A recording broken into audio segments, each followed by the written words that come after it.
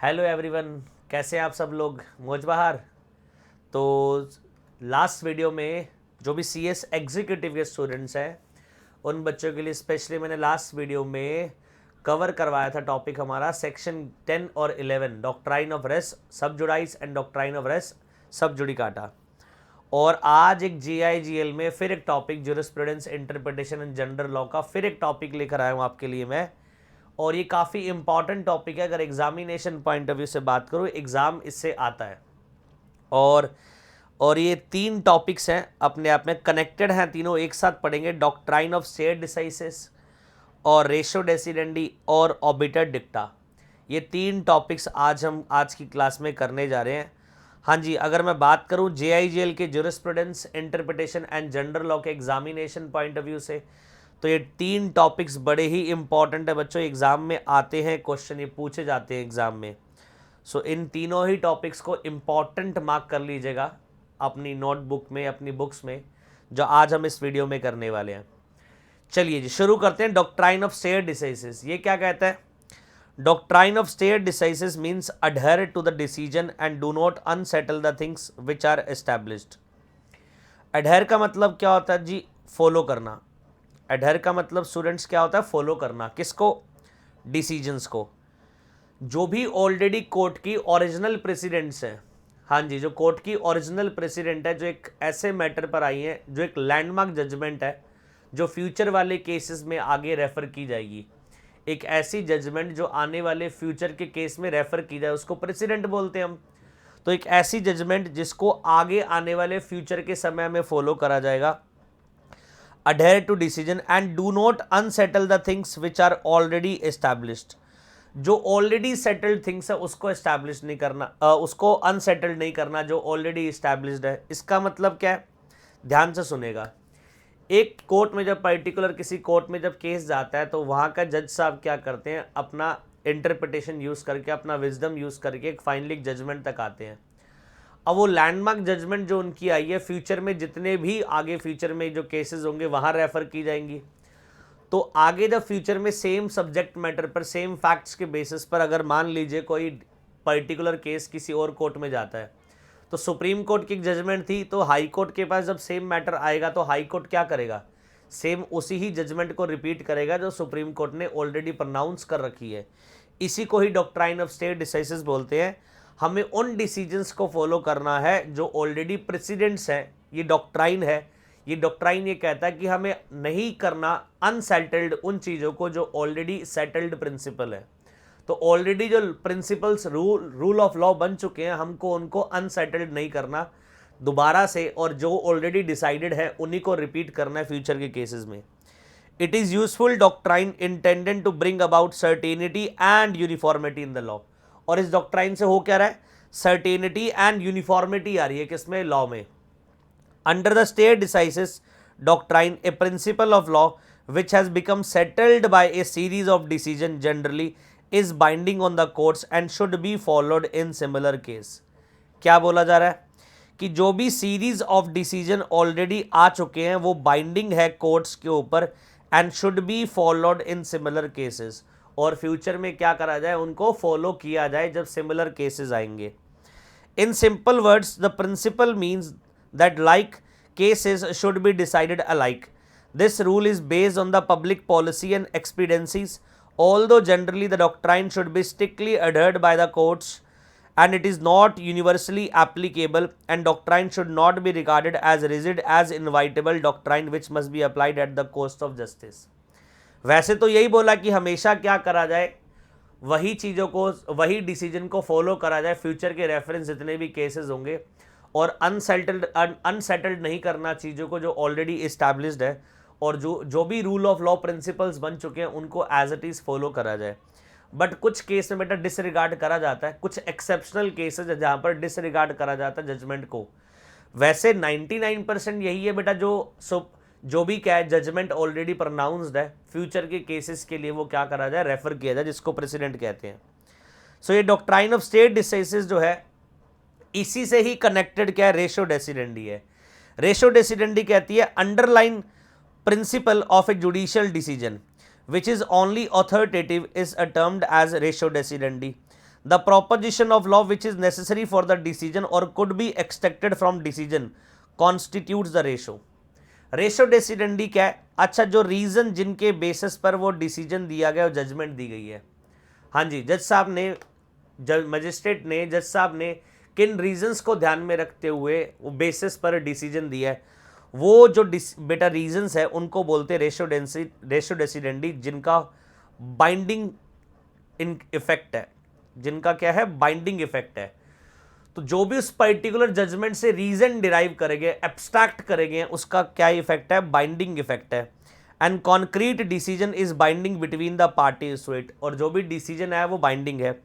And abstract ratio decidendi alone has the force of law as regard the world at large, और ratio decidendi का अलग से effect है। जो भी रीजन जिनके बेसिस पर जो फैक्ट्स रखे गए जज साहब के सामने और जिनको रीजन को फॉर्म करके फाइनली वो एक डिसीजन दे रहे हैं, वो रीजन का अपना बाइंडिंग इफेक्ट है।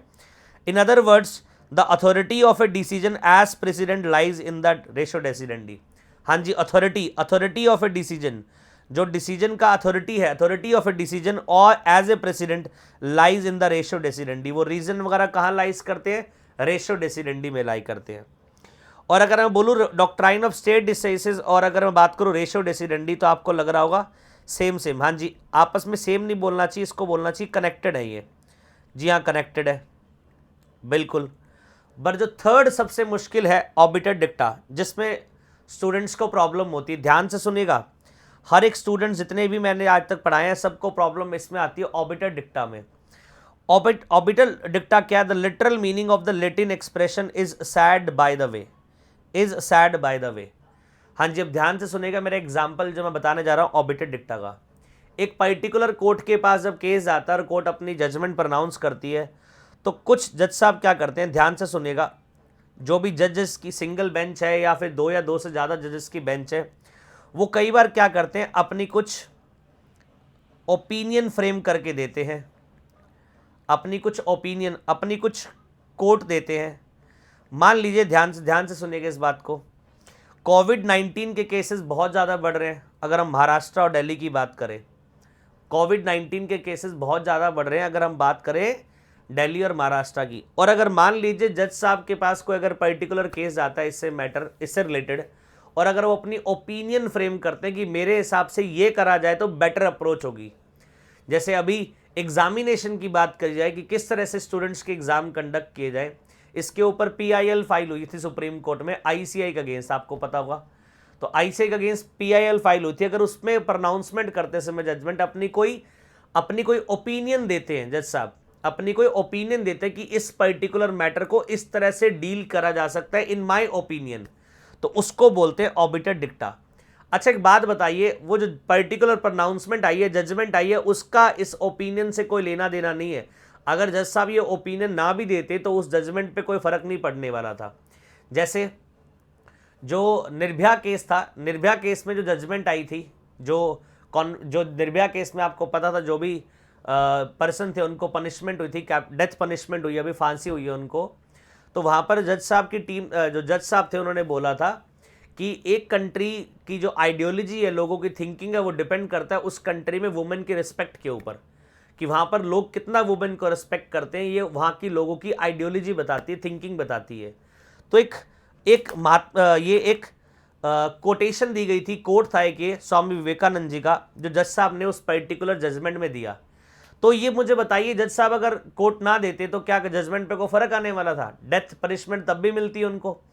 बट ये कोर्ट क्या था, बस उस जगह उस पर्टिकुलर डिसीजन के वक्त दिया गया था जिसका कोई बाइंडिंग इफेक्ट नहीं है, जिसका कोई बाइंडिंग इफेक्ट नहीं है। तो ऐसा कोई कोर्ट, ऐसी कोई ओपिनियन जो जज द्वारा दी गई है उस पर्टिकुलर केस को देखते समय और जजमेंट प्रोनाउंस करते समय, जिसका कोई बाइंडिंग इफेक्ट नहीं है, उसको बोलते हैं obiter डिक्टा, sad by the way, जो कही गई है उस दौरान पर जिसका रिलेशन नहीं है कोई। The expression is use specially to denote those judicial utterance in the course of delivering a judgment. हाँ जी, वो चीजें जो जजमेंट डिलीवर करते समय कही गई है, which taken by themselves were not strictly necessary for the decision of a particular issue raised. क्या बोल रहा है? विच वर नॉट नेसेसरी, वो जरूरी नहीं थी पर्टिकुलर ओपिनियन, वो जरूरी नहीं थी पर्टिकुलर कोर्ट, फिर भी क्या करा जज साहब ने अपनी कोर्ट दी वहां पर, जो जो स्वामी विवेकानंद जी की कोट थी वो रेफर करी, या अपनी कोई ओपिनियन रेफर करी, कह रहा है वर नॉट स्ट्रिक्टली नेसेसरी, वो जरूरी नहीं थी बट फिर भी अगर दी। सो these statement thus go beyond the requirement of a particular case and have the force of persuasive precedents only. हाँ जी, तो ये क्या हो रहा है, यहाँ पर क्या करा है जज साहब ने, उस पर्टिकुलर केस की रिक्वायरमेंट के बियॉन्ड जाकर कोई स्टेटमेंट दी, and have the force of persuasive precedents only. Persuasive मतलब जो बाइंडिंग नहीं है, एंड दीज द जजेस are not bound to follow them although they can take advantage of them. हाँ जी, और उस पर्टिकुलर स्टेटमेंट से जजेस क्या नहीं है, are not bound to follow them. उस पर्टिकुलर स्टेटमेंट से जजेस क्या नहीं है, बाउंड नहीं है, but they can take advantage of them. But हाँ, उस पर्टिकुलर ओपिनियन और उस पर्टिकुलर कोर्ट से वो एडवांटेज ले सकते हैं, और जजेस जिनके पास केस जा रहा है, they sometime help the cause the reform of law. तो ऑबिटर डिक्टा आई होप ये समझ आया होगा।